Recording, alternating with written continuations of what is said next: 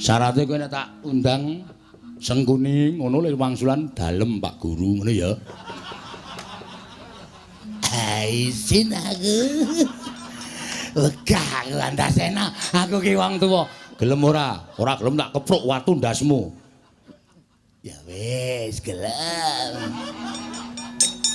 Ya, engko nang anggere kowe ora wangsulan ngono ki tak ajar kowe. Iya, iya.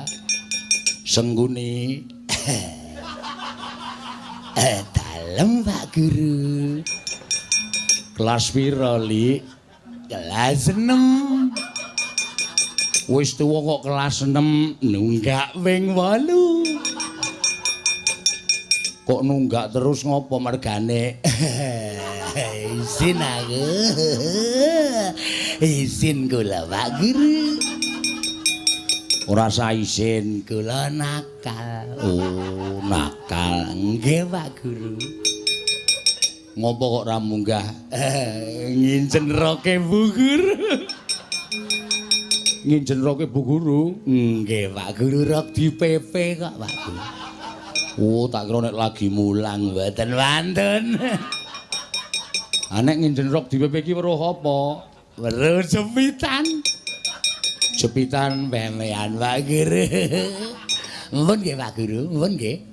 Arep nendi? Ajeng wangsul. Pelajarane pun telas. Kena nandhake murid sing pinter bali karo nyanyi.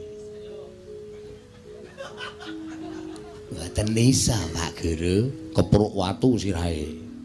Iso ora? Saged. Saged. Ya wis gawe nembang. Gawe wis, saka kene tekan kono. Lagune napa, Pak? Ah terserah manut kowe. Pak Guru ki seneng nek muridé iso nembang sing lancar.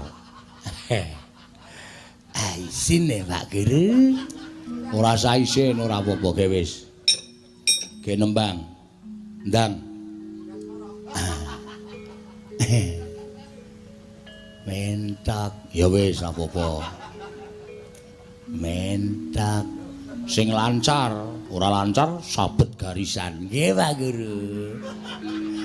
Karo ndono nembang, nek mandeg tak bandem watu kowe. Nggih. Mentak. Mentak. Tak kandhani Pak Guru. Ya. Iya ngerti nek mentok tak kandhani. Tak kandhani.